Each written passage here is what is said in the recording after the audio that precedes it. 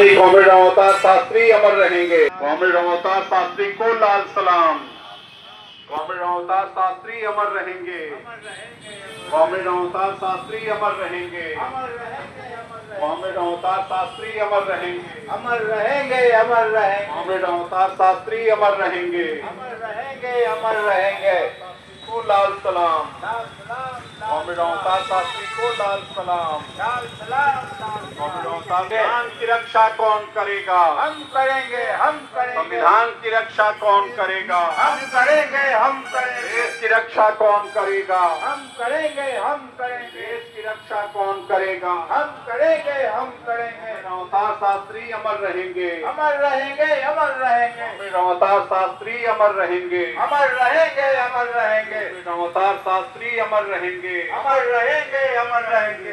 रामावतार शास्त्री अमर रहेंगे। अमर रहेंगे, अमर रहेंगे। रामावतार शास्त्री को लाल सलाम। लाल सलाम, लाल सलाम। कॉमरेड रामावतार शास्त्री को लाल सलाम। लाल सलाम। महासचिव साथी अजय जी हैं, हम उनको भी स्वागत करते हैं कि वो कृपया मंच पर आ जाएं। AI2C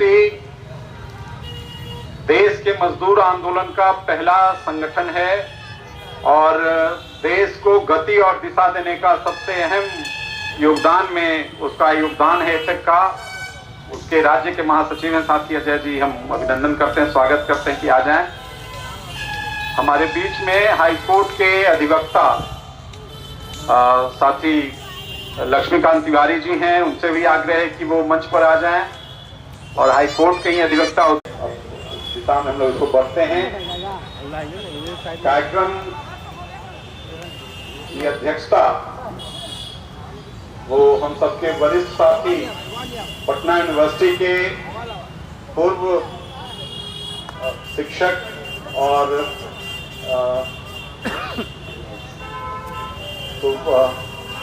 हम सबके वरिष्ठ साथी और रामावतार शास्त्री मेमोरियल ट्रस्ट के महासचिव साथी दीनानाथ प्रसाद जी इस कार्यक्रम की अध्यक्षता करें। तालियों से हम लोग को लगता है कि इसका समर्थन करेंगे और इसका संचालन कुम्हरार अंचल के सचिव साथी संजय कुमार जी करेंगे, तो वो इस कार्यक्रम को संचालित करें। और हम सबसे पहले कार्यक्रम की शुरुआत के लिए हम स्वीटी कुमारी जी को बुलाते हैं कि एक देशभक्ति गीत से इस कार्यक्रम को की शुरुआत करें। स्वीटी जी।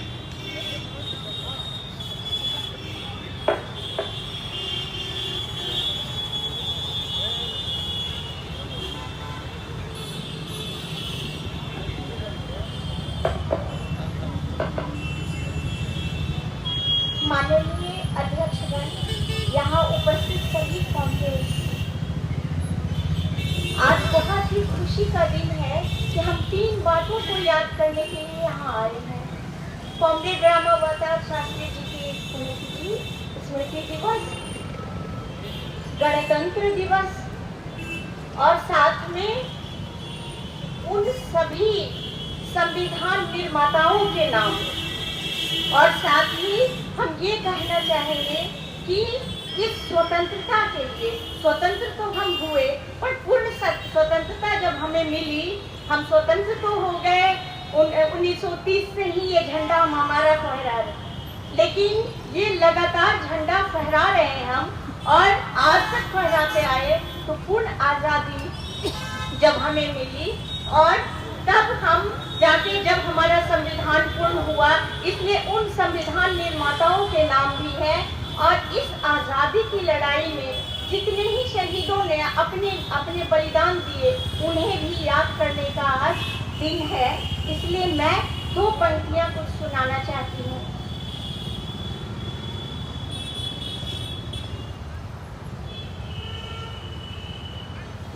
उन शहीदों की जय हिंद बोलो, उन शहीदों की जय हिंद बोलो, ऐसी जैसी ये बोली नहीं है, ऐसी वैसी ये बोली नहीं है, उन शहीदों की जय हिंद बोलो।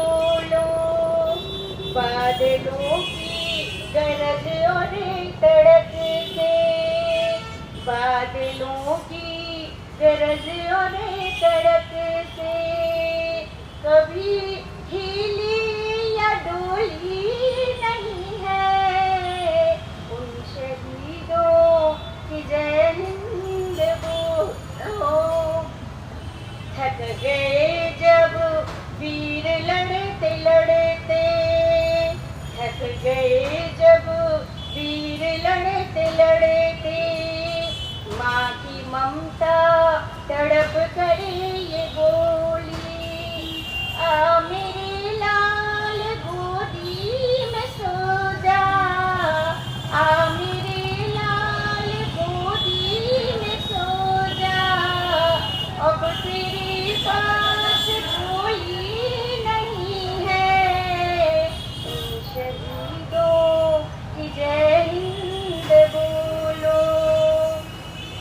हिंद पर आँख दिखलाने वाले, हिंद पर आँख दिखलाने वाले, जल हो जाएंगे भस्म सारे। खैरियत है कि शंकर ने अब तक, खैरियत है कि शंकर ने अब तक, तीसरी आँख कोई नहीं है। उन शहीदों की जय हिंद बोलो। उन शहीदों की जय हिंद बोलो।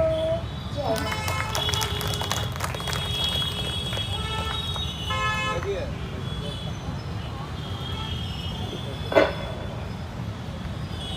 शहीदों को याद करना और उनकी विरासत को, कुर्बानियों को और उपलब्धियों को बचा करके रखना, यही हम सबका दायित्व है और उसी दिशा में हम सबको वो बनना है, अपने पूरे समाज को ले जाना है। इसका प्रयास लगातार हम सबको करते रहना है। तो हम अब स्वागत करेंगे हम सबके आज के मुख्य वक्ता साथी प्रोफेसर तरुण जी का। जैसा कि आप सब हम सब जानते हैं, तरुण जी हिंदी के विख्यात शिक्षक रहे हैं पटना यूनिवर्सिटी में, और पटना कॉलेज के पूर्व प्राचार्य भी रहे हैं। तो उनका भी हम सब तालियों से हार्दिक स्वागत, अभिनंदन उनको आज के इस दिवस पर हम सब करते हैं। तो अब इस पूरे कार्रवाई के संचालन के लिए, अभी नहीं दादा आप बैठिए, अब पूरे कार्रवाई के संचालन के लिए हम संजय जी कुम्हरार अंचल सचिव को यह जवाबदेही देते हैं। धन्यवाद। साथी कॉमरेड, आज हमारे लिए बड़ा ही गौरव का पल है।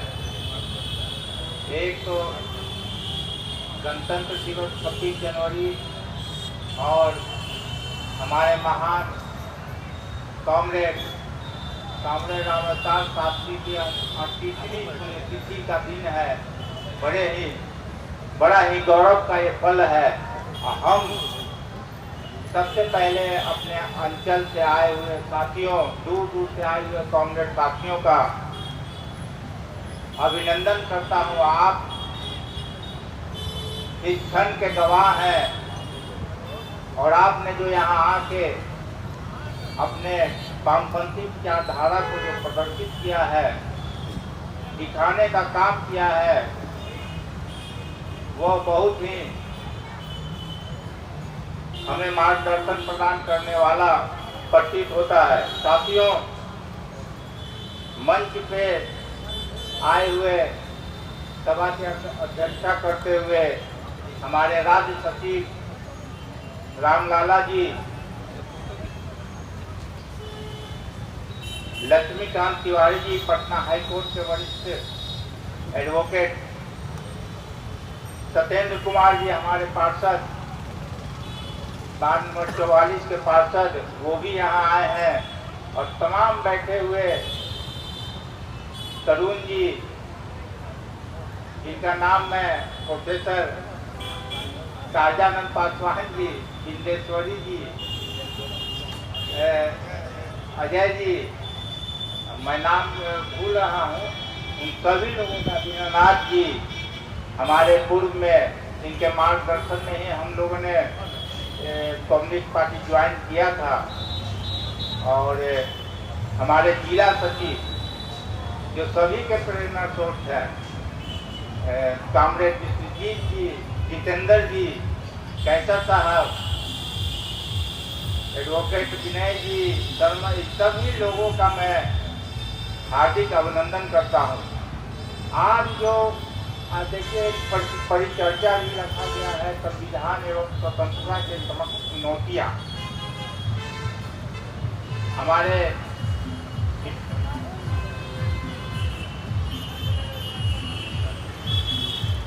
इस विषय पे लक्ष्मीकांत तिवारी जी अपना विचार रखें।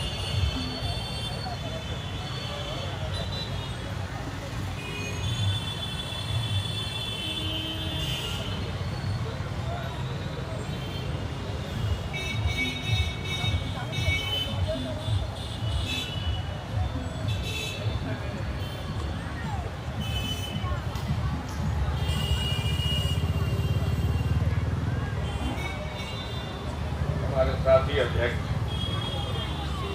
और हमारे जो प्रथम वक्ता हमको यहाँ पर अनाउंस किया गया, लेकिन हमारे गुरुजन और विद्वजन लोग यहाँ पर बैठे हुए हैं।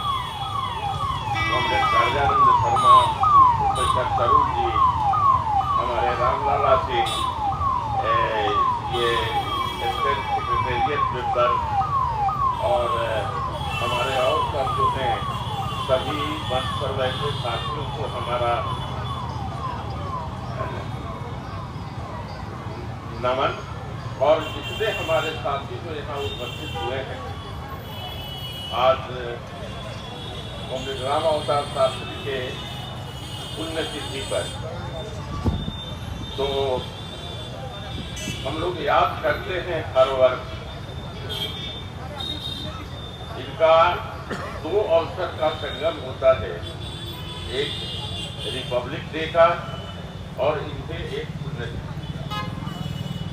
लेकिन हम लोग जो एक प्रगतिशील समाजवादी विचारधारा के लोग हैं, वो पहले हम लोग कॉमरेड राम अवतार शास्त्री की कृति हम सब जानते हैं कि हमारे गुरु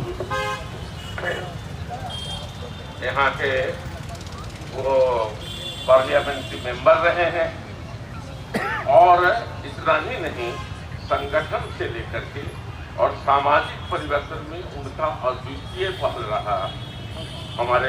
हमको लगता है कि हम तो उनके साथ कार्य नहीं कर सके, क्योंकि उनकी अद्वितीयता का एक हम सिर्फ कूट देते हैं कि जब हम बचपन में ही थे तो हमारा गांव वैशाली डिस्ट्रिक्ट पड़ता है, जहाँ बाबा भूइया का बाबा बसौन भूइया, वहाँ पर कार्यक्रम और उसमें देखे सब कुछ उसको बाबा बसौन भूइया को देवता बना करके और उसको संबोधित कर रहे थे, उनका गुणगान कर रहे थे।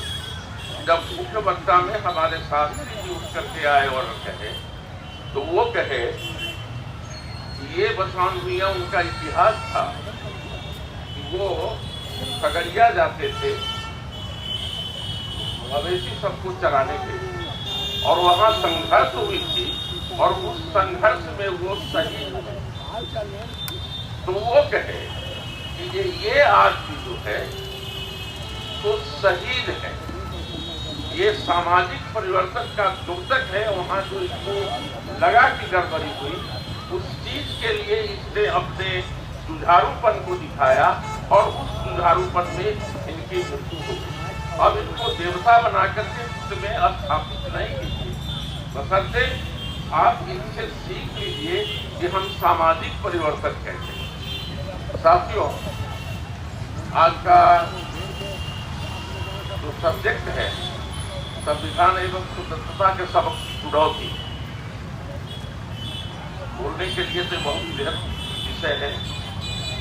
मैं प्रथम वक्ता हूँ, लेकिन मैं नहीं चाहूँगा कि हमारे विद्वान जन हम तो आए थे सुनने के उद्देश्य से कि हमारे विद्वान जन जो है वो हमारे समक्ष रखें और उनको कहें।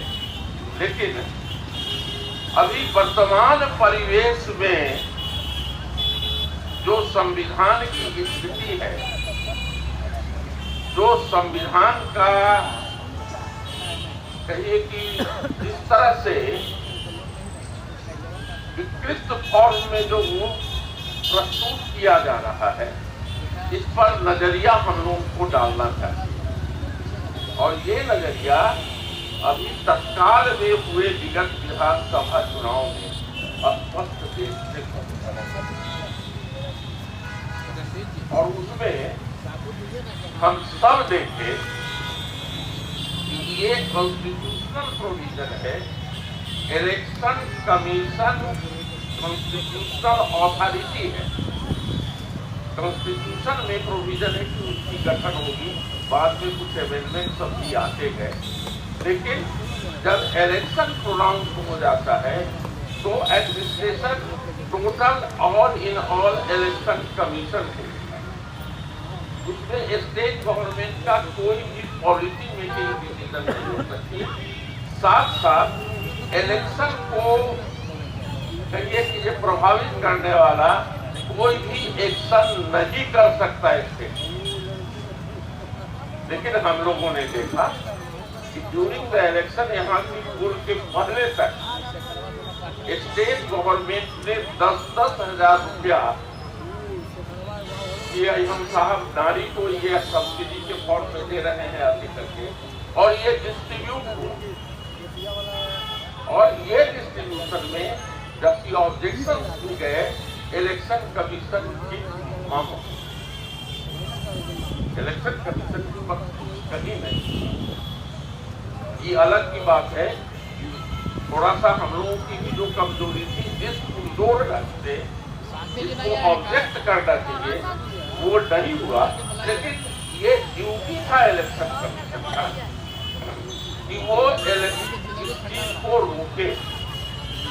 इसके पहले तो सुप्रीम कोर्ट का भी आ गया, SIR का भी तमाशा हम लोग देखे, हुआ भी अनकॉन्स्टिट्यूशनल।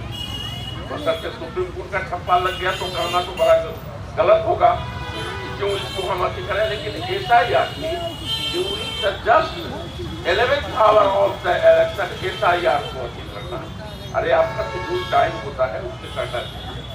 तो ये कहिए कि यहाँ संविधान को इस रूप में एकदम विखंडित किया जा रहा है। दूसरी बात कि अभी चर्चा चल रही सोशलिस्ट वर्ड संविधान के प्रियम्बुल में RSS वालों से और भाजपाई लोगों से इस सोशलिस्ट वर्ड से घृणा हो रही है और वो लोग इसको डिबेट में ला रहे हैं कि अभी सोशलिस्ट नहीं होना, क्या होना चाहिए? लोग अपना एजेंडा फैलाए हुए हैं, हिंदू राज्य हो तो ये कॉन्स्टिट्यूशन का क्या स्थिति होगा? पहले शादी को समझा करने के पहले ये जो चुनौतियां हैं, इन चुनौतियों को हम लोगों को देखना पड़ेगा, हम लोगों को परिलक्षित करना पड़ेगा। उतना ही नहीं, लेबर लॉ में भयंकर अमेंडमेंट हो रहा है जो कंप्लीट एंटी लेबर। उसमें बहुत सी चीजें ऐसे अमेंडमेंट होकर के आई हैं, अगर उनको एक एक चीज को अगर बताया जाए तो विस्तार पूर्वक हो जाएगा। लेकिन लेबर लॉ का कंप्लीट एंटी कहिए कि कॉन्स्टिट्यूशनल और एंटी लेबर अमेंडमेंट समाई है और आ रहा। तीसरी बात ये जो अभी हम लोगों का है कि संविधान की जो स्थिति हो रही है, आप जितने कॉन्स्टिट्यूशनल बॉडी हैं सुनकर के ताज्जुब होगा कि RBI का बोर्ड एज ए कॉन्स्टिट्यूशन अभी तक पूर्ण रूपेण गठित नहीं है। और आज से नहीं, जिस समय से डिजिटलाइजेशन हुआ और 1000 रुपया और 500 रुपये को जिस समय बंद किया गया था, उस समय भी प्राइम मिनिस्टर के ऑर्डर हुए। लेकिन यहाँ का मैनेजमेंट कारण हम सब समझ रहे हैं कि कारण एट प्रेजेंट जो भाजपा और आरएसएस पहल करती है, इस गवर्नमेंट के पहल करती से इस चीज को इस तरह से रखा हुआ है कि ना कॉन्स्टिट्यूशनल अथॉरिटी इसको सच को नहीं कर पा रहे हैं और ना हम अपोजिशन वाले कर रहे हैं, वो तो अपने घर चले जा रहे हैं। तीसरी चीज है संविधान के तहत कि आप देखेंगे कि जो कॉन्स्टिट्यूशनल पावर है जिस अथॉरिटी को,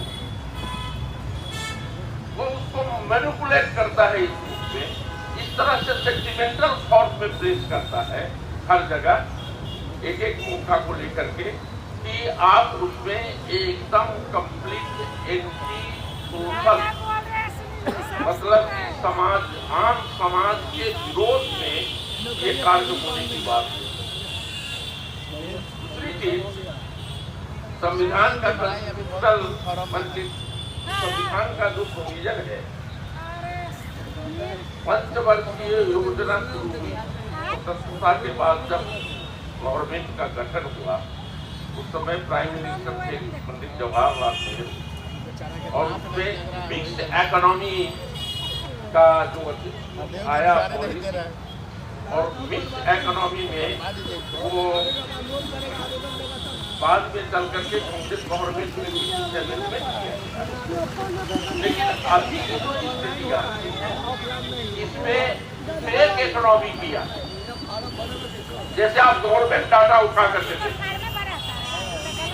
जो वो डेवलपमेंट माने कि जीडीपी को जिस तरह से बता रहे हैं कि वो है, आप डे टू डे मार्केट में जाकर के, बाजार में जाकर के वहां जो देखते हैं, जो स्थिति बाजार की है वहां पर देखते हैं तो आपको लगता है कि ये डाटा समस्या है।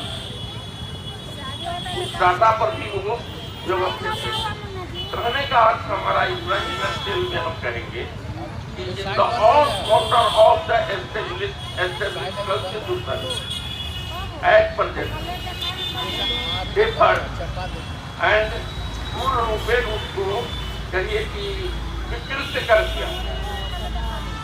इस चुनौती को तो तभी हो सकता है कि जब पार्लियामेंट इसको नहीं प्रॉपर ढंग से इम्प्लीमेंट कर सके, जब कॉन्स्टिट्यूशनल अथॉरिटी नहीं कर सकते हैं, तब तो एक ही रास्ता बचता है कि आम जनता संघर्ष के द्वारा आवाज उठा करके और इसका विरोध करे।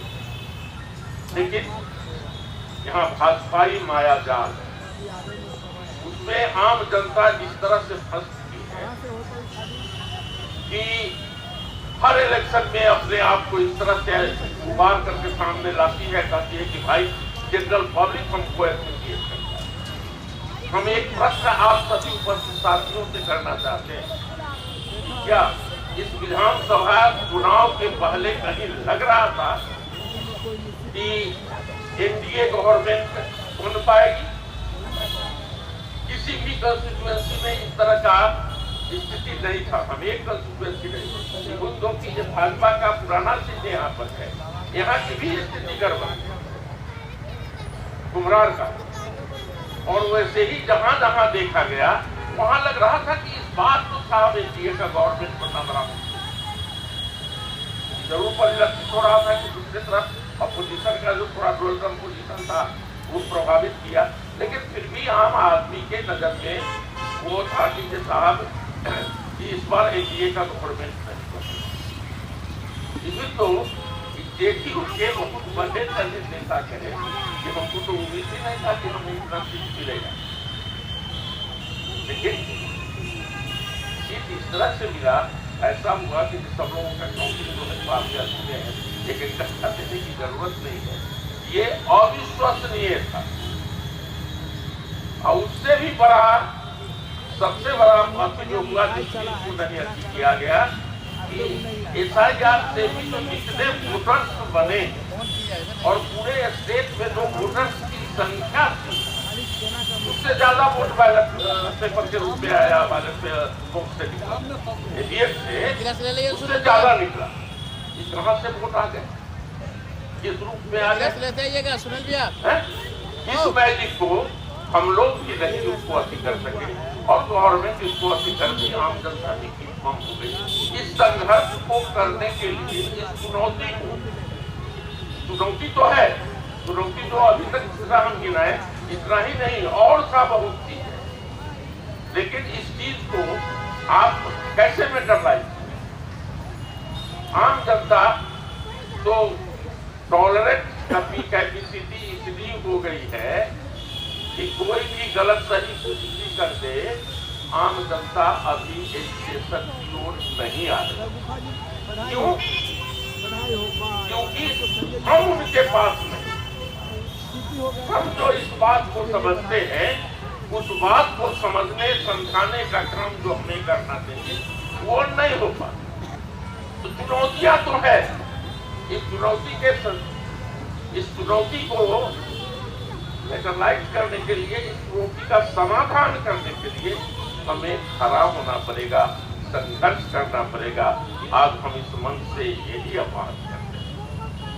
दूसरी बात, हमें इंडिकेशन आ गया है, मैं पहले भी कहा, मैं भाषण देने के उद्देश्य से आ ही नहीं था और मैं तो अभी सुनना चाहते हैं और सभी लोगों को, और मैं इतना ही कर करके जाता हूँ कि आज हम अपने पार्टी लीडर से लेकर के और हमारे यहाँ पर बैठे हुए जितने पार्टी आप पहले अपने को मजबूत कीजिए।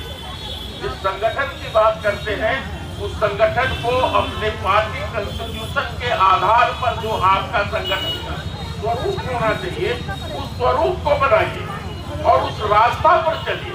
और इसके बाद देखिए आप में पूर्ण शक्ति आ जाएगी कि आप आम जनता के बीच में जाकर के इन चुनौतियों के समाधान के लिए उनको जगा सके। और वो जगेंगे, वो उठे हैं, वो बहुत समझते हैं, लेकिन सबको दिमाग में रहता है कि हम अकेले क्या कर सकते हैं, क्या हो सकता है, कहीं से कोई आवाज नहीं। इस आवाज को उठाने की जरूरत है।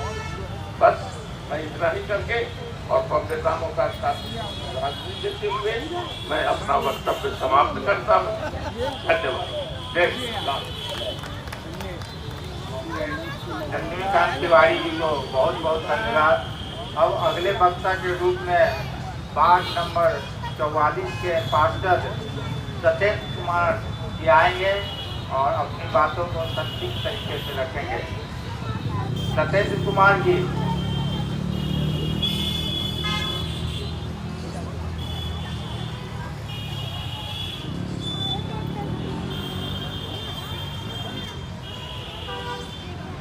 सत्येंद्र कुमार जी वार्ड नंबर 44 के पार्षद हैं।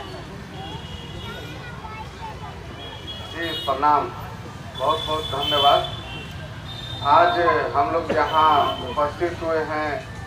आज हम लोगों के देश का 77वां गणतंत्र दिवस भी है और हम लोगों के आदर्श, हम लोगों के मार्गदर्शक कॉमरेड रामदास शास्त्री जी की पुण्यतिथि भी है। तो हम दोनों उपलक्ष्य पे आप यहाँ उपस्थित सभी हमारे अभिभावक, हमारे माँ बहन, हमारे सभी मित्र बंधु को हार्दिक शुभकामना एवं बधाई है। और अभी जो बातें चल रही हैं देश में हर जगह चर्चा का विषय है। सरकार, जनता, सरकार की दी हुई योजनाएं, क्रियाकलाप और जनता को मिलने वाली सुख सुविधाएं, उसी पे हर जगह चर्चा होती है। देश को तो आज़ाद हुए काफ़ी दिन हो गए हैं, लेकिन अभी भी हम लोग बहुत तरह के गुलामियों से जकड़े हुए हैं और हम लोगों को उन गुलामियों को तोड़ना होगा, उस जंजीर को छोड़ना होगा, ताकि आने वाला जो पीढ़ी है वह पूर्ण रूप से, संपूर्ण रूप से वो कह सके कि हम आज़ाद देश में जन्मे हैं, आज़ाद हम हैं। तो उसके लिए हम सभी को बहुत संघर्ष की जरूरत है। लड़ाई बहुत हुआ है, बहुत दिनों से लड़ते आ रहे हैं हम लोग, संघर्ष जारी है। तो हम लोगों को और भी अपने साथ लोगों को लाना होगा और सभी लोगों को एक साथ लेकर चलना होगा और लड़ाई को तभी हम लोग जीत सकते हैं। जैसे अभी बहुत जगह देख रहे हैं कि अपराध पर, अपने बिहार में ही आइए तो अपराध पर क्या लगाम है सरकार की, क्या नियंत्रण है, उसमें आप देख रहे हैं। अभी हाल के दिनों में अभी हमारे वार्ड 44 अंतर्गत ही मुन्ना चक की एक घटना है जो पूरे देश दुनिया में अभी छाया हुआ है। जो नीट की छात्रा थी उसके साथ क्या हुआ और कितना घोर अपराध अन्याय हुआ है, यह आप सबसे छुपा हुआ नहीं है। हम तो वहाँ नज़दीक में हैं और बहुत नज़दीक से उस घटना को जान रहे हैं, लेकिन उसमें क्या कीजिएगा जब आपके जो सुनने वाले हैं, जिनको सुनना है, कार्रवाई करना है, वही अंधे गूंगे बहरे हो चुके हैं, तो उनसे क्या उम्मीद करना है। उस घटना में जो वो छात्रा थी वो तो अब चली गई, इस धरती पर नहीं है, और नहीं है तो बहुत सारे लोगों के मुख से अभी तक हम सुन चुके हैं कि अच्छा हुआ कि वो नहीं है, लेकिन वैसा नहीं है। उसके परिवार अभी हैं, उनके परिवार के साथ भी कोई न्याय की बात नहीं हो रही है और उन्हें प्रताड़ित किया जा रहा है, उन्हें डराया धमकाया जा रहा है, उन्हें केस मैनेज करने के लिए प्रलोभन दिया जा रहा है। अभी तक विपक्ष के जितने भी राजनेता हैं, नेता हैं, कार्यकर्ता हैं, समाजसेवी हैं, सभी जाके उस परिवार से मिले हैं। तो हमारा सरकार से एक ही सवाल है कि आपके यहाँ से कोई क्यों नहीं जाके उनका हाल चाल लिए, क्या हुआ उस घटना पे कोई पूछा नहीं।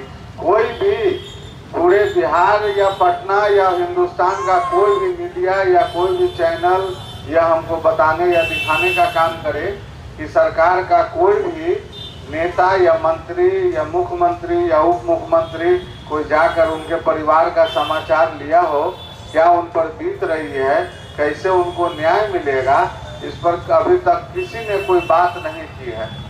और उस अपराध की घटना के बाद भी और पहले भी ऐसा बहुत सारा घटना हुआ है जिसमें सरकार की संलिप्तता रहती है। तो कहने का मतलब यही है कि दूध की रखवाली मिल गई दिल्ली को, तो अब बताइए दूध की हालत क्या होगी। दिल्ली जहां सरकार है और दूध हम लोग जनता हैं, जनता की रखवाली मिली है। वैसी सरकार को जो सरकार खुद आपराधिक घटनाओं में संलिप्त है, हम पूरी तरह से कहेंगे, पूरे दावे के साथ कहेंगे कि ये अपराधियों की सरकार चल रही है, बाहुबलियों की सरकार चल रही है। सरकार बनाने की बात आती है तो रातों रात कौन सा जज बैठ जाता है, कौन सा वहाँ वकील बहस करते हैं, कौन सा वहाँ दलील पेश किया जाता है। यह सरकार बताने का काम करे कि रातों रात मुंगेर से चुनाव जीतना रहता है ललन सिंह जी को, तो उनके लिए अनंत सिंह जी छूट जाते हैं। तो पहला इतिहास देश में देखे कि घर के बंटवारा के नाम पर बेल दिया गया उनको। ऐसा उनके ऑर्डर में है, जज के ऑर्डर में है कि घर के बंटवारा करना है, इसलिए इनको 15 दिन का बेल दिया जा रहा है। वो 15 दिन का बेल तो मतलब चुनावे के समय इनको बंटवारा था, चुनाव के बाद हो सकता था। कोई वैसा इमरजेंसी वर्क के लिए तो आप नहीं दिए, बीमारी का इलाज कराने के लिए तो नहीं दिए, और वैसा बहुत सारा है। तो हम लोग यहाँ बैठे हैं, एकजुट हुए हैं, तो हम लोगों को यह देखना है, समझना है और सबको यह बताना है कि अभी सरकार की काम काज का ढंग सही नहीं चल रहा है। इनकी जो प्रशासन है, इनकी जो संस्थाई है, उनका भी कोई काम धाम ढंग से नहीं चल रहा है। लोग बहुत परेशान हैं, जिनका सर फटता है वही थाना में जाते हैं, 500 रुपया भी देते हैं, 10 वो गाली भी सुनते हैं, तब उनका सनहा दर्ज होता है, शिकायत दर्ज होता है। यही स्थिति है और यह देश की स्थिति है। तो हम अब ज़्यादा नहीं बोलेंगे, हमारे बात भी बहुत अभिभावकों को बोलना है। इसके लिए धन्यवाद। लाल सलाम, जय हिंद, जय भारत। बहुत बहुत धन्यवाद। अब अगले वक्ता के रूप में प्रोफेसर शाहजानंद पासवान जी, प्रोफेसर शाहजानंद पासवान। अगले वक्ता के रूप में प्रोफेसर तरुण जी, उप वक्ता के रूप में प्रोफेसर तरुण कुमार जी, पूर्व पंचायत जी तरुण कुमार।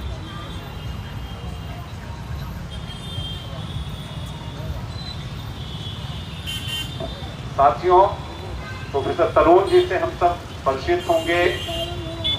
पटना विश्वविद्यालय के प्रख्यात शिक्षक वो रहे हैं और हिंदी के क्षेत्र में नहीं, विभिन्न मसलों पर इनके बहुत ही महत्वपूर्ण विचार समाज को, जनता को वो मिलता रहा है। पटना विश्वविद्यालय को भी नेतृत्व दिया है और शिक्षा संस्कृति के क्षेत्र में भी बहुत महत्वपूर्ण योगदान है प्रोफेसर तरुण जी का। तो हम सब सादर आमंत्रित करते हैं कि वो अपनी बातों को रखें। प्रोफेसर तरुण।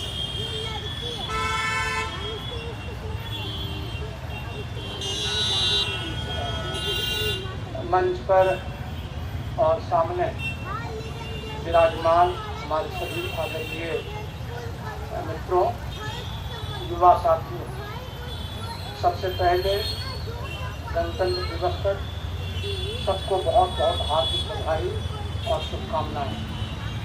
मैं हृदय से आभार व्यक्त करता हूँ कायानंद बाबू का, जिन्होंने आज के इस समारोह में मुझको शामिल होने का लगभग आदेश दिया और उनके आदेश का पालन करना मैं अपना फल मानता हूँ।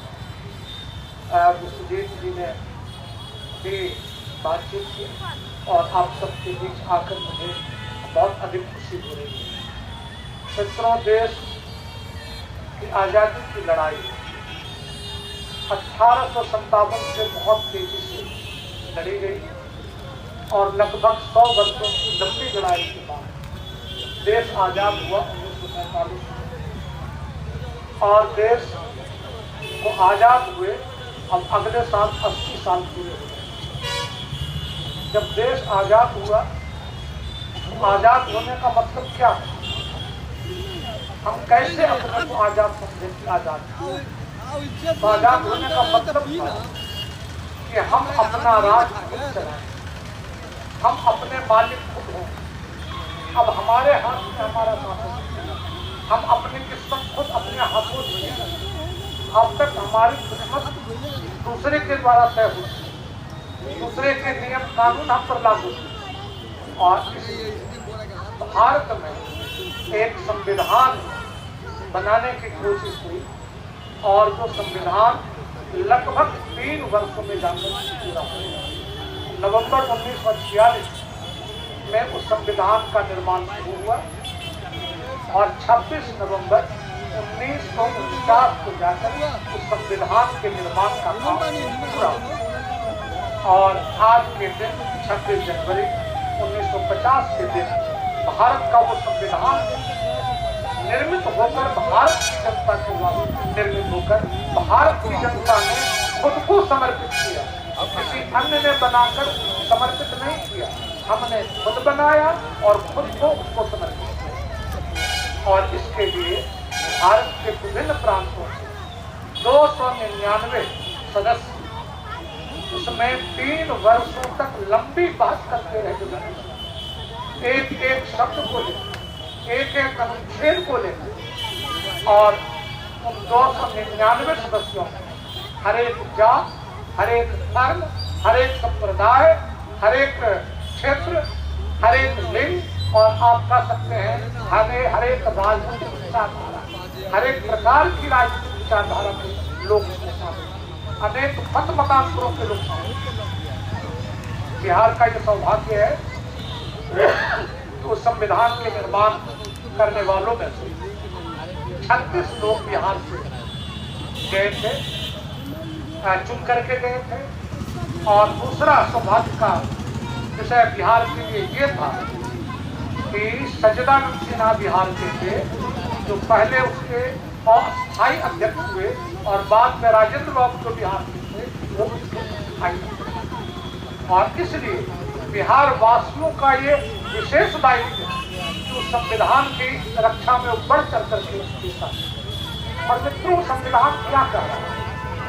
संविधान की मूल बात है भारत एक लोकतांत्रिक गणराज्य, मूल बात। और गणराज्य कहते हैं जिसमें कोई राजा नहीं होता है, जिसमें जनता के चुने हुए प्रतिनिधि शामिल होते हैं। और ठीक जब 26 जनवरी को भारत की जनता ने खुद को भारत का संविधान समर्पित किया, यहीं थोड़ी दूर आधा किलोमीटर की दूरी पर राष्ट्रकवि दिनकर जी की प्रतिमा है। दिनकर जी ने कविता लिखी, मैं उस कविता के कुछ शब्द आपके सामने रखना चाहता हूँ। और कविता का शीर्षक है जनतंत्र का जन्म। और उन्होंने लिखा, सदियों की ठंडी बुझी राख सुबह उठी, सैकड़ों वर्षों से जो राख जैसी चीज लग रही, ठंडी जैसी चीज लग रही थी, उसमें भी सदियों की ठंडी बुझी राख सुबह उठी, मिट्टी सोने का ताज पहन गोरा समय के रथ का घर घर धाम, सिंहासन खाली करो जनता। जलेबी खाने में 1 घंटा लग रहा है। आगे उन्होंने लिखा, सबसे विराट जनतंत्र जगत का आप होगा। हम सब जानते हैं कि भारत सबसे बड़ा सबसे विराट जनतंत्र जगत का आप पहुंचा। 33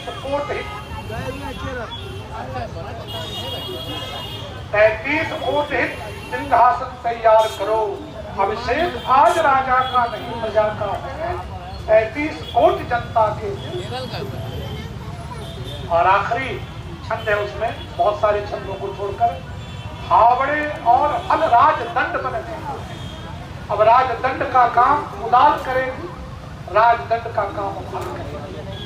हावड़े और हल राजदंड बनने को है। भूषणता सोने से श्रृंगार रचाती है, जो राज समय के रखता घर घर धाम ये भारत के गणतंत्र का। और आप सबको मालूम है कि जब 1977 में कथित संपूर्ण क्रांति का नारा दिया गया और लड़ाई लड़ी तो उसमें दिनकर जी की ये पंक्ति, सिंहासन खाली करो जनता आती है, नारे का काम करो। और जब प्रकाश बाबू से दोहरा कर, इसलिए इस जनतंत्र के लाने में जिस स्वाधीनता आंदोलन की लड़ाई को स्मरण करते हैं, आपको गौर करके लड़ाई को देखेंगे तो 2 विचारधाराओं के लोग लड़ करके इस आजादी को लाने वाले लोगों में अफवाह। एक तो कांग्रेस की विचारधारा के लोग थे और दूसरे वामपंथी मार्क्सवादी विचारधारा। ये 2 थे जिन्होंने जी जान लगा, जिसमें किसानों की बहुत बड़ी संख्या, मजदूरों की बहुत बड़ी संख्या और कुर्बानी देने वाले लोगों में आगे बढ़ते करके हिस्सा लेने वाले अनेक लोग हंसते हंसते फांसी पर चढ़ गए। गीता के श्लोक का पाठ करते हुए, नैनम छिन्दन्ति न शास्त्राणि नैनम दहति पावकः, कौन इसको जला सकता है, कौन इसको नष्ट कर सकता है, और हंसते हंसते भगत सिंह जैसे लोग जिनके पास भी कहीं न कहीं मार्क्सवाद की विचारधारा प्रेरणा करना, भगत सिंह लोग जैसे लोग थे जिनके भीतर भी कहीं न कहीं समाजवाद मार्क्सवाद की विचारधारा काम कर रही थी। इन सब लोगों ने मिलकर के देश की आजादी की लंबी लड़ाई दी, बड़ी बलि दी, बड़े बलिदान दिए, और जब देश आजाद हुआ तो फिर ये संविधान बनने से लेकर समर्पित करने का काम किया। आज इस बात पर ध्यान देने की जरूरत है कि भारत का जो विभाजन हुआ वो किस आधार पर विभाजन हुआ, और वो विभाजन हुआ धर्म की राजनीति के आधार।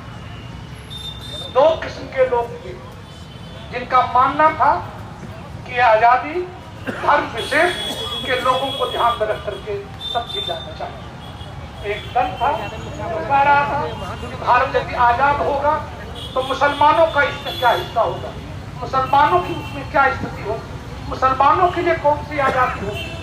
और दूसरा हिस्सा था वो कह रहा था कि देश यदि आजाद हुआ और फिर भी यदि हिंदुओं का राज नहीं हुआ तो देश की आजादी का क्या।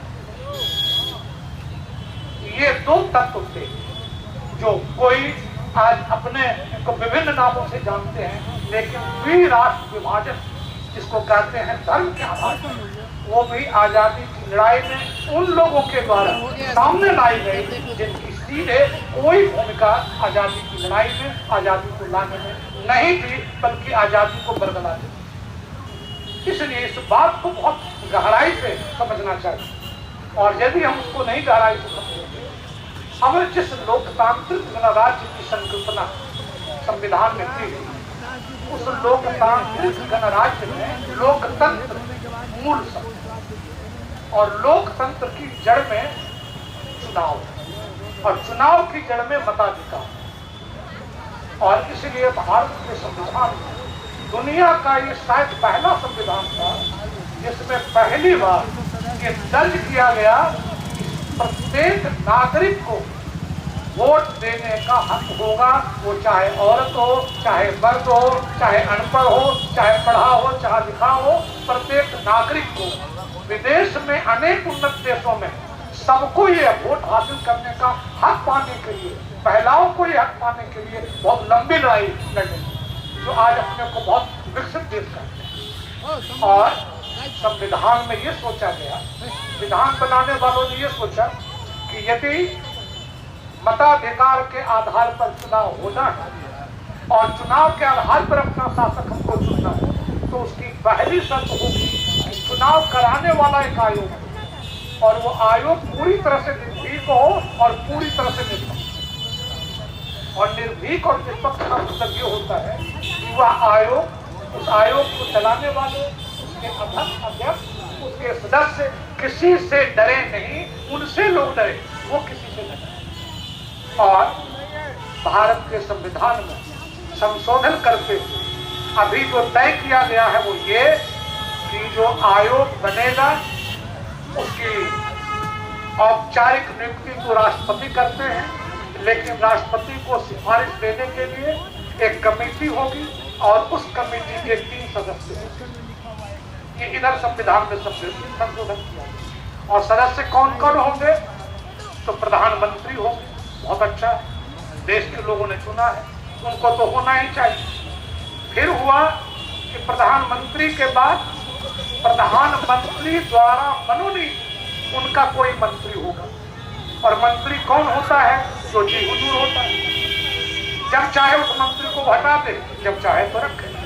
इसलिए मंत्री तो बेचारा हमेशा शासन में रहता है, प्रधानमंत्री। तो दूसरा होगा और तीसरा विपक्ष का हिस्सा होगा। और जब 3 होगा तो उसमें जो 2 कहेगा वो होगा, तीसरा यदि नहीं भी कहेगा तब भी बहुमत के आधार पर जो कहेगा तो होगा। अब भारत के प्रधानमंत्री और उनके द्वारा नियुक्त, उनकी मनमर्जी से चलने वाले जो मंत्री होंगे, वो मंत्री दोनों मिलकर तय करेंगे कि भारत का चुनाव आयुक्त कौन होगा और फिर उसका मुखिया कौन होगा। यानी अब वो कैसे निर्भीक? निर्भीक वह होता है जो निर्भीक लोगों के द्वारा चुना जाता है। प्रधानमंत्री निर्भीक होता है क्योंकि जनता ने चुना, विपक्ष का नेता भी निर्भीक होगा, लेकिन ये तीसरा जो बीच में है मंत्री, वो तो निर्भीक होगा नहीं। तो डरा हुआ तो डरने वाले को चुनेगा। जो खुद डरा हुआ है वो कैसे निर्भीक को कैसे चुन सकता है?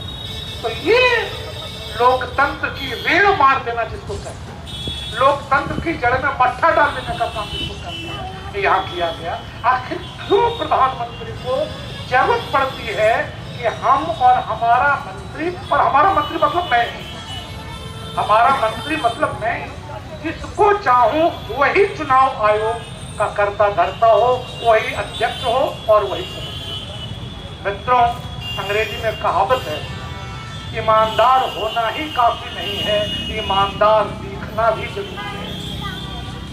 और आज का भारत का चुनाव आयोग चाहे अपने को ईमानदार जितना भी काटे, जनता की नजरों में ईमानदार नहीं है और यह लोकतंत्र पर बहुत बड़ा खतरा। और यदि किसी आयोग को यह चिंता नहीं, यदि वहां की सरकार को यह चिंता नहीं कि हमारे संवैधानिक निकाय चुनाव आयोग की साख जनता के बीच लगातार गिर रही है, तो वहां लोकतंत्र सुरक्षित नहीं। और इस लोकतंत्र को यदि हम सुरक्षित नहीं बना सकेंगे, सुरक्षित नहीं रख सकेंगे, अब रह गई बात कि इसके लिए क्या करना होगा। अभी थोड़ी देर पहले चर्चा हो रही थी, संस्कृत में एक उक्ति है, हम सब लोगों ने कि उद्यमेन ही सिद्ध्यन्ति कार्याणि न मनोरथ, नहीं सुतस्य सिद्धस्य प्रविशन्ति मुखे निर्माण। उद्यम से ही सब कुछ होगा। शेर को भी शिकार करना पड़ता है, कोई मेमना आकर नहीं कहता कि हुजूर मुझको खा लीजिए, उसको भी उद्यम करना पड़ता है। यदि सरकार ऐसा कर रही है तो उसका मुकाबला मैदान में आकर डटकर करना होगा। हर एक क्षेत्र के लोगों को मैदान में उतरना होगा। हम जैसे सफेद पोष बुद्धिजीवियों को भी उतरना होगा, जनता को लामबंद करना होगा। जनता को दोष देना नहीं है, जनता के प्रशिक्षण का काम राजनीतिक दलों का है, जनता के प्रशिक्षण का काम हम जैसे शिक्षकों का है, जनता के प्रशिक्षण का काम हम जैसे बुद्धिजीवियों का है। इसलिए लोकतंत्र की रक्षा का दूसरा बड़ा जो सवाल है वो हमसे जुड़ा हुआ है और वो चुनौती हमारे लिए भी उतना ही महत्वपूर्ण है। अभी जो मित्रों में कह रहा था कि ईमानदार सीखना जरूरी है, केवल ईमानदार होना जरूरी है। आप सब लोग राम कथा को जानते हैं, आजकल राम की चर्चा भी बहुत जोरों पर, राम राज्य भी कहीं कहीं सब सुनाई पड़ता है। लेकिन उस राम कथा में मूल कहानी क्या है? मूल कहानी ये है कि कैकेयी ने षड्यंत्र करके राम की जगह अपने बेटे को राजगद्दी दिलवाने की कोशिश की और उसकी राजगद्दी सुरक्षित रहे, इसलिए राम को 14 वर्षों तक वनवास दिलवाने का वरदान अपने पति प्रिय पति दशरथ से दिया। अब भरत को क्या था? भरत तो कहते ननिहाल से आते हो राजगद्दी पर बैठ जाए कि भाई पिता ने ही कहा है। लेकिन भरत ने जो आगे कदम किया उससे पता चला लोगों को कि भरत का कहीं कोई हाथ नहीं। और राम को खुद कहना पड़ा कि हम सपने में भी नहीं सोच सकते कि भरत ऐसा पूछेगा। आज जनता उस भरत की ईमानदारी की जरूरत है। चुनाव आयोग को भरत की तरह दिखाना होगा कि षड्यंत्र में हम कहीं शामिल नहीं। और इसलिए राम नाम जपने से काम नहीं चलने वाला है। राम ने जिन मर्यादाओं को स्थिर किया, राम ने जिस एक अदना सा आदमी शिकायत करे तो इतना बड़ा कदम राम उठा देता है। यहाँ रोज शिकायतें हो रही हैं और कोई कदम ही नहीं उठाया जाता और फिर भी राम राम राम राम किए जा रहे। क्या है ये? कौन सा ये लोकतंत्र है? इसलिए राम को हमने अवमूल्य नहीं रहने दिया। राम एक मूल्यगत शब्द है, कृष्ण एक मूल्यगत शब्द है, ये केवल उच्चारण के लिए नहीं है। और इसलिए ये जिम्मेदारी अब हम पर आन पड़ी है और ये हमारे लिए भी कल जो इतिहास लिखा जाएगा कि जब ऐसा हो रहा था तो आप क्या कर रहे थे? आप केवल रुदन कर रहे थे, आप केवल रो रहे थे, या आपके कुछ ऐसे प्रयास रहे जिससे आगे की पीढ़ी को भी प्रेरणा मिले कि हमें भी ऐसे ही लड़ाई लड़नी चाहिए। मित्रों, भारत की इस आजादी के साथ जिन कुछ चीजों की चर्चा बहुत जरूरी है उसमें मैंने ये जो निष्पक्ष और निर्भीक आयोग की चर्चा की वो बहुत जरूरी है। मुझे हजरत मोहानी साहब की याद आ रही। हजरत मोहानी साहब आप सब लोग जानते हैं कि उर्दू के बड़े महान शायर थे और संविधान निर्मात्री सभा के वो भी बहुत महत्वपूर्ण सदस्य थे, बहुत बड़े राष्ट्रवादी थे। इनकलाब जिंदाबाद नारा उन्हीं का। आज इनकलाब जिंदाबाद शब्द की जितनी पुनरावृत्ति भारतवर्ष में अब तक हुई शायद ही किसी दूसरे शब्द की, लेकिन उस आवृत्ति के साथ यदि उसका अर्थ भी आया हुआ होता था तो शायद हम वहां नहीं होते जहां। मतलब ये है कि हम लोगों ने शब्द को खोखला भी बना दिया। इनकलाब जिंदाबाद बोलते हैं मगर उसका माने क्या है? क्या उसका माने? इनकलाब माने क्या? और यदि उसको जिंदा रहना है तो कैसे जिंदा रहे?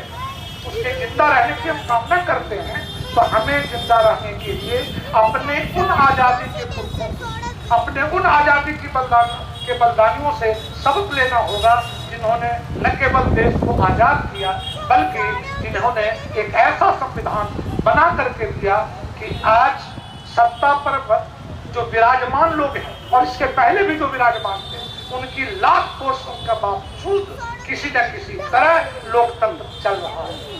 लेकिन ये लोकतंत्र आगे जीवंत रूप में चले इसकी जिम्मेदारी आज के दिन बहुत जरूरी है। और हम सब जानते हैं कि बिहार के जिन सपूतों ने इसमें बढ़ चढ़ कर भाग लिया था उनकी मैंने चर्चा की और इस संविधान की रक्षा का दायित्व केवल इसलिए नहीं, अभी थोड़ी देर पहले चर्चा हो रही थी कि समाजवाद शब्द जोड़ा गया तो आज समाजवाद पेट में कांटे की तरह सत्ताधारी करते हैं और दूसरा शब्द और है जो कांटे की तरह लग रहा है और वो है पंथ निरपेक्ष, सेकुलर। ये दो शब्द जो है जो 42वें संशोधन में आए, सवाल ये है कि आपको कष्ट क्या है, किस बात की पीड़ा आपको? पंथ निरपेक्ष कहे जाने से आपको कष्ट क्या है? संविधान कहता है कि भाई इसमें जात, धर्म, क्षेत्र किसी के आधार पर किसी से कोई भेदभाव नहीं किया जाएगा, सबको समान अवसर की स्वतंत्रता होगी। अवसर की जो स्थिति होगी वो यह नहीं देखेगी कि कौन किस धर्म का है, कौन किस जात का है, कौन किस लिंग का है। तो फिर पंथ निरपेक्ष कहने से आपको संकट है। दूसरी ये है कि समाजवाद से आपको क्या? आप तो लगातार जनता जनता बोलते हैं, जनता को जनार्दन कहते हैं, जनता के आगे झुकते हैं, जनता को बरगलाने के सारे उपाय करते हैं। तो फिर समाजवाद से आपको दिक्कत क्या है? दिक्कत ये है कि जिस कोरोना काल में भारत के जो श्रमिक वर्ग लोग थे वो दिल्ली जैसे, बंबई जैसे महानगरों से माथे पर आदमियों को टांगकर, कचरी को लादकर, पैदल चल करके अपने घर पहुंचना चाह रहे थे किसी तरह। उस कोरोना काल में अडानी की आमदनी कई गुना बढ़ी है कोरोना से पहले और कोरोना में ये देखने पर 2014 में जब ये सरकार आई तो अडानी की जो आमदनी थी और आज जो आमदनी है उसमें 600 गुना से अधिक की वृद्धि हो चुकी है, 600 गुना की अधिक। यानी जिस विषमता को मिटाने का संकल्प भारत के संविधान ने लिया था, जिस समता को लाने का संकल्प किया था, और ये सब संविधान के शब्द है, ये मेरे शब्द नहीं है, ये संविधान के प्रियम्बुल शब्द में आए। उस विषमता को न मिटाकर उस विषमता की खाई को और बहुत चौड़ी करते जाना, ये आज हमारे सामने बहुत बड़ी चुनौती के रूप में है।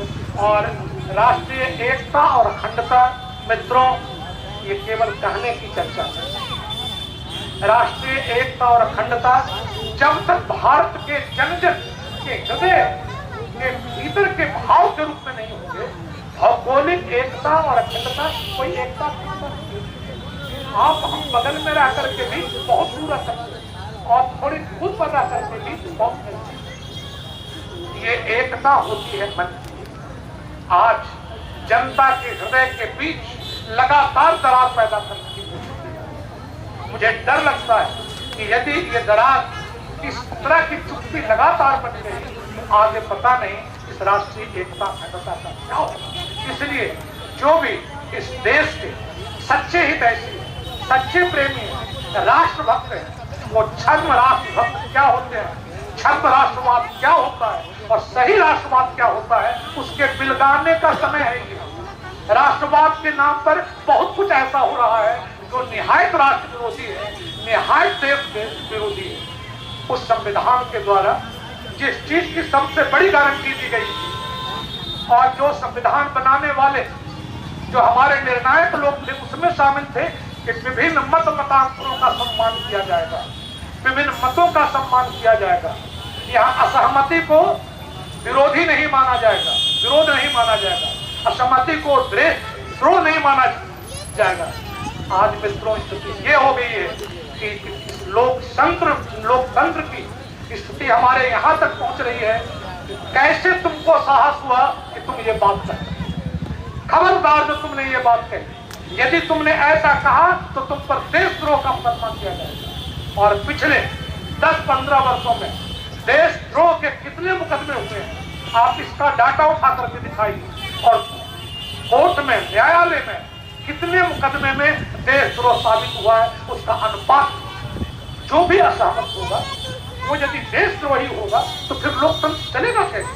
लोकतंत्र चलने के लिए सबसे बड़ी शर्त है कि विपक्ष को आप कितनी इज्जत देते हैं। यदि विपक्ष बहुत कमजोर है तो वो कैसे ताकतवर बने, ये भी चिंता आपकी होनी चाहिए।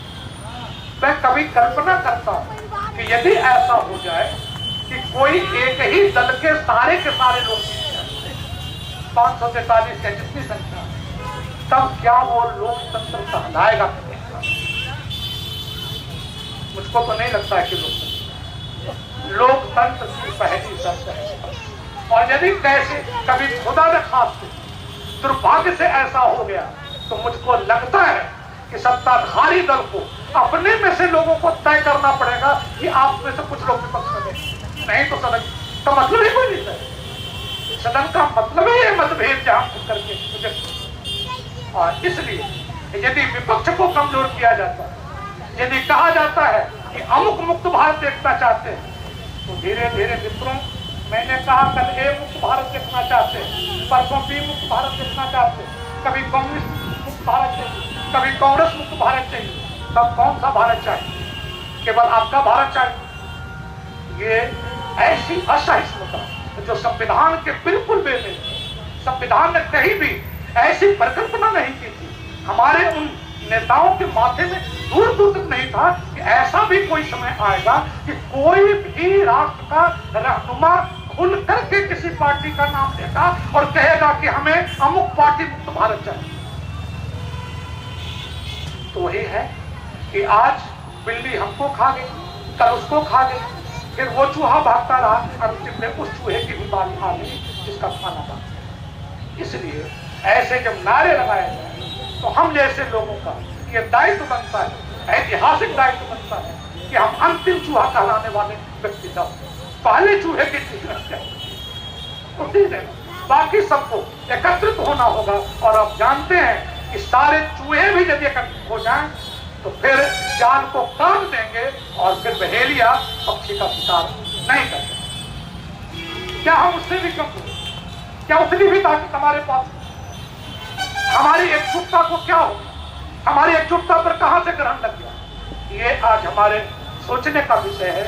और मित्रों, बहुत सारी बातें हैं और भारत में जो मौलिक अधिकार हमारे पास संविधान में दिए गए, वो सारे के सारे मौलिक अधिकार वो अधिकार हैं जिनसे भारत की स्वतंत्रता की रक्षा होती है। मैंने दिनकर जी की चर्चा की थी आपसे, और दिनकर जी की चर्चा करते हुए मैंने बात शुरू की थी और उन्हीं की दो पंक्तियों से मैं अपनी बात समाप्त करना चाहता हूँ।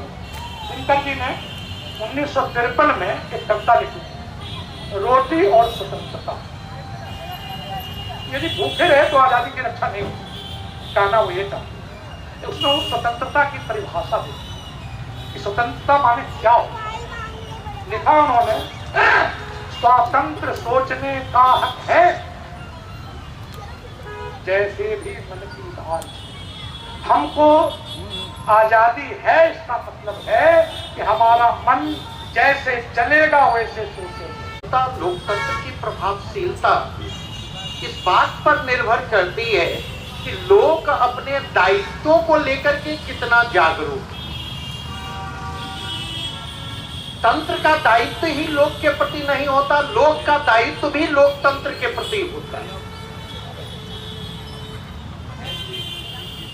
और मुझे लगता इस कंटेक्स्ट में अक्सर मैं एक छोटी सी चर्चा करना चाहूंगा। अभी सरस्वती पूजा का आयोजन था हमारे यहाँ, तो संयोग से उस आयोजन के बाद समीक्षा बैठक बुलाई तो एक बच्चा अपनी मतलब अपने अनुभव की चर्चा करते हुए कह रहा था कि उसे किसी बच्चे ने कहा कि तुम्हारे संस्थान में तो सरस्वती पूजा हो ही नहीं सकती। तो उसने पूछा क्यों?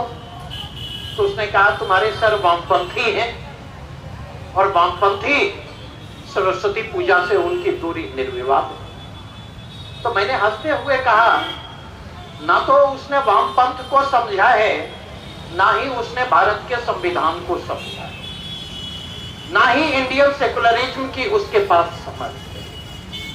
क्योंकि इंडियन सेकुलरिज्म जो है वह वेस्टर्न सेकुलरिज्म से अलग है, कंप्लीट अलग है। और अगर मुझे खारिज करना है तो सबसे पहले संविधान को खारिज करना होगा, क्योंकि मेरी चिंता के केंद्र में बाबा नागार्जुन ने कहा है क्या है दक्षिण, क्या है वाम, जनता को रोटी से काम। तो मेरी चिंता के केंद्र में हम भारत के लोग हैं और संविधान की चिंता के केंद्र में भी वही हम भारत के लोग हैं। और इसीलिए अगर तुम्हें समाजवाद से परहेज है, समाजवादियों से परहेज है, वामपंथियों से परहेज है, तो सबसे पहले इस संविधान को खारिज करो। और संविधान को खारिज करने की वही कोशिश हो रही है। तो खैर इस पर इतनी विस्तार से चर्चा हो रही है, मैं अब इधर नहीं जाना चाहूंगा। मैं पहला जो अंश है आज की परिचर्चा का, कम्युनिस्ट पार्टी का शताब्दी वर्ष, मैं बहुत ही संक्षेप में मैं वहीं पर केंद्रित अपने आप को रखना चाहूंगा। एक शेर के साथ अपनी बातें शुरू करना चाहूंगा कि घर सजाने का तसव्वुर अभी बाकी है, सवाल यह है कि घर बचाएं कैसे। मुझे लगता अभी बात हो रही थी कि मंच इधर क्यों है, मंच को राम अवतार शास्त्री जी की प्रतिमा के सामने होना चाहिए। तो मैंने मुस्कुराते हुए कहा कि मंच उनकी प्रतिमा के पीछे इसलिए है क्योंकि हम उनसे नजरें मिला पाने की स्थिति में नहीं। अगर हम उनसे नजरें मिला पाने की स्थिति में होते तो मंच के सामने हम लोग भी बैठे हुए। तो मैंने ये बात इसलिए की कि इन 100 वर्षों के दौरान हमने कम्युनिस्ट आंदोलन को कहां से शुरू किया और आज कहां पहुंचा दिया है, यह हमारी चिंता का विषय है। हम देश की चिंता छोड़ दें, हम संविधान की चिंता छोड़ दें, हम स्वतंत्रता की चिंता छोड़ दें। देर सवेर गिरते पड़ते 145 करोड़ भारतीय जनता जो है उसकी रक्षा करने में समर्थ है। हाँ, निश्चित तौर पर अगर हमने अपने आप को बचाया तो संविधान को बचाना भी आसान हो जाएगा, स्वतंत्रता की रक्षा भी संभव हो सकेगी। और अगर इन दोनों को बचा पाना संभव हुआ तो 2 कदम आगे हम समानता के आदर्शों पर, समानता के रास्ते पर भी आगे बढ़ पाने में समर्थ होंगे। सवाल यह है कि क्या इस प्रश्न पर हम विचार करने के लिए तैयार हैं, चाहे हम वामपंथी हो, चाहे हम वामपंथी नहीं हो। मैं अक्सर एक बात कहता हूं कि अगर भारत की जनता को संविधान के केंद्र में रखना है तो राजनीतिक आंदोलन के रूप में वामपंथ रहे ना रहे, संगठन के रूप में वामपंथ रहे ना रहे, चुनावी राजनीति में वामपंथ की प्रभावी उपस्थिति हो या ना हो, लेकिन विचारधारा के स्तर पर वामपंथ हमें हमेशा आंदोलित करता रहेगा, वामपंथ हमेशा उद्वेलित करता रहेगा। और इसलिए आवश्यकता इस बात की है कि हम वैचारिक स्तर पर वामपंथ की मजबूती को बनाए रखें और वामपंथ पर जितने तीखे हमले हो रहे हैं वैचारिक स्तर पर उसका प्रतिकार करने की कोशिश करें। चुनावी राजनीति एक आसान सा तरीका, लेकिन क्या आपको नहीं लगता कि जिस बिहार से कभी मुझे लगता 12 से 13 वामपंथी सांसद हुआ करते थे, आज बिहार से वामपंथी सांसदों की बात छोड़ दें, आज हम विधानसभा में 0 पर पहुंच गए और 0 पर पहुंचने के लिए हम बाहरी कारकों को जिम्मेदार नहीं मानेंगे, जीरो पर पहुंचने के लिए हम सब खुद जिम्मेवार हैं। और इसी प्रश्न के साथ मैं अपनी वाणी को विराम देता हूं। बहुत बहुत धन्यवाद।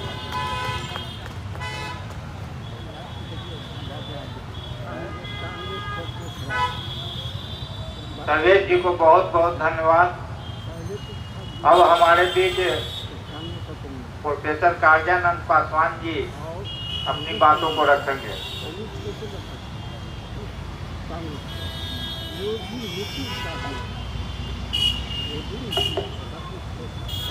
धन्यवाद संचालक महोदय, अध्यक्ष जी, उपस्थित साथियों, कांग्रेस।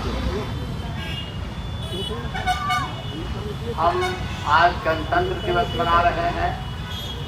आज के दिन भारत का संविधान लागू हुआ था 26 जनवरी 1950 को, और आज कॉमरेड रामावतार शास्त्री का स्मृति दिवस मना रहे हैं।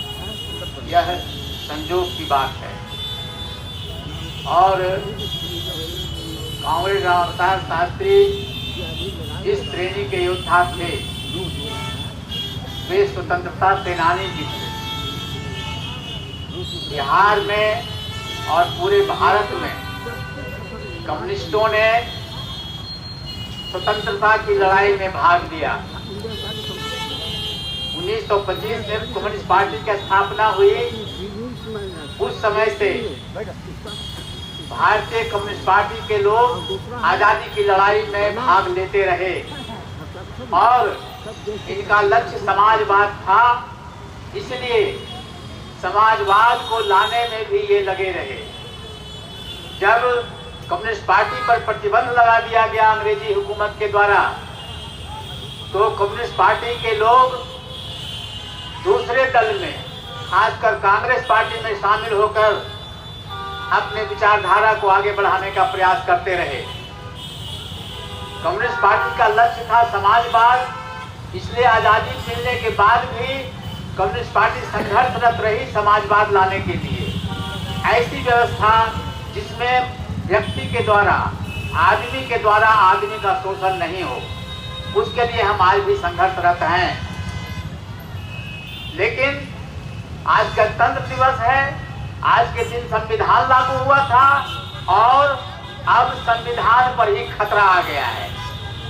खतरा इस तरह से आ गया है कि अब हम अपने अनुकूल मत का प्रयोग नहीं कर सकते हैं।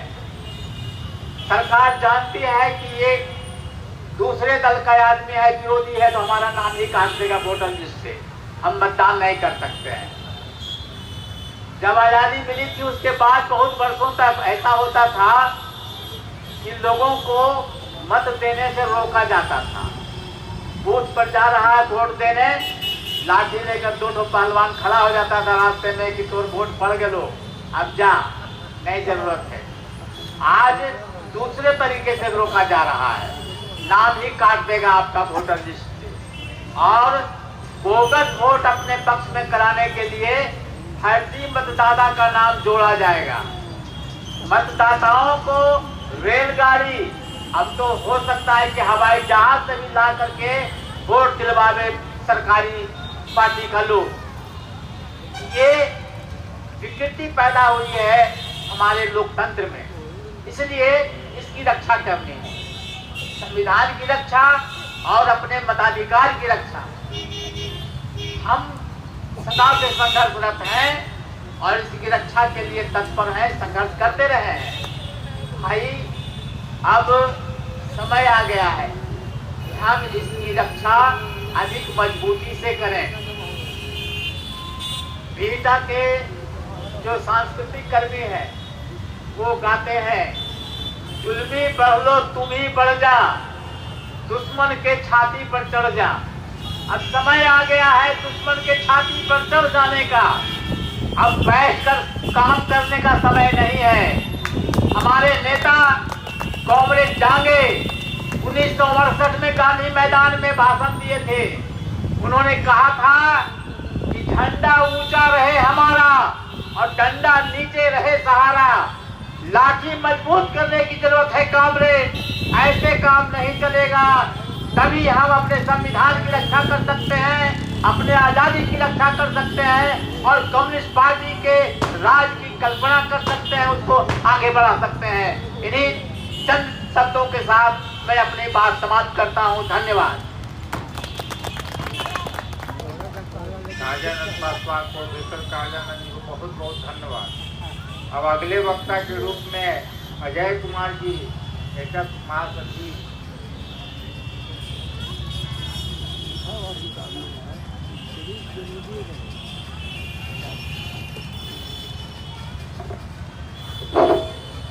अध्यक्ष जी, मंचासीन,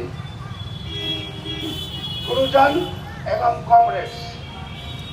गुरुजन भी कॉमरेड ही है, लेकिन क्योंकि पढ़े हैं, पढ़ाए हैं, तो ये संबोधित करेंगे। आज गणतंत्र दिवस है और हमारे प्रिय नेता राम अवतार शास्त्री जी का 38वां स्मृति दिवस है। जैसा कि हमको ट्रेड यूनियन से संबोधित किया गया है, तो मैं जो विषय है संविधान एवं स्वतंत्रता के समक्ष चुनौतियां, तो उसके बारे में हम समझते हैं कि तरुण सर ने जो विस्तार से बताई, तो उस पर बहुत ज़्यादा कहने की जरूरत नहीं है। लेकिन आज जो केंद्र में शासक वर्ग है और मजदूरों के सवाल पर जो उसकी नीतियां चल रही हैं, वह भी संविधान का घोर उल्लंघन है। वह भी संविधान का घोर उल्लंघन है। हम आप अभी चर्चा में जान रहे होंगे, सुन रहे होंगे कि अभी 4 लेबर कोड लाया गया है और उस 4 लेबर कोड को और ज्यादा पुख्ता मजबूत करने के लिए जो अभी 2025 में नई श्रम शक्ति अधिनियम लाई गई है, यह दोनों भारतीय संविधान के मूल भावना के प्रस्तावना के बिल्कुल विपरीत है। संविधान हमको कहता है कि हमको यूनियन बनाने का अधिकार है। संविधान कहता है कि हमको और प्रोसेशन ऑर्गेनाइज करने का अधिकार है। संविधान कहता है कि हमको हड़ताल करने का अधिकार है। आज भी ये संविधान में लिखी हुई है, लेकिन जो लेबर कोड लाया गया है उसमें इन सारे चीजों को नकारा गया है। हम आपको बताएं कि 2019 में जब कोरोना में काल था, उस समय पहली बार एक कोड को बिल पेश किया गया और सारे विपक्ष के संसद सदस्य बाहर थे, उनको एक्सपेल किए हुए था सरकार और बिना